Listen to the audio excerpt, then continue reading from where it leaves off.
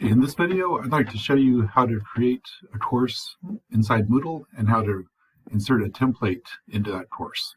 It's pretty simple. You start out by going to Site Administration. If you don't see this on your Moodle page, it means you're not an administrator. So this video is not for you. But if you have those permissions, go to Site Administration, down here to Courses, add a new course. Let's say I want the course to be called, let's say, Yearbook. And since you'll want to back up your course at the end, type the year there so you'll be able to keep all your backups in a nice file system over time.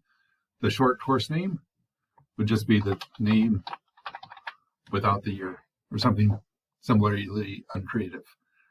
A course has to have a category. I don't want this in elementary, but we don't really have a yearbook category here. I'll stick it in IT because it involves graphic art. So I'll put it there.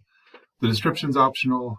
You can change the start date and date if you want, but you can change all that later too. Course image is helpful because it helps students find your course on the page. For all the IT courses at this school, I use the same image here. It is a Creative Commons image, but the author is unknown, so give credit where credit's due. Let's see, and that's all you have to do right now. You can play with some of the other things, but just quick and easy, you suddenly have your course. Now, with this, the course comes with announcements in the general category and a list of blank topics. I want to import a simple template that I created, so I'll go over here to Course Reuse,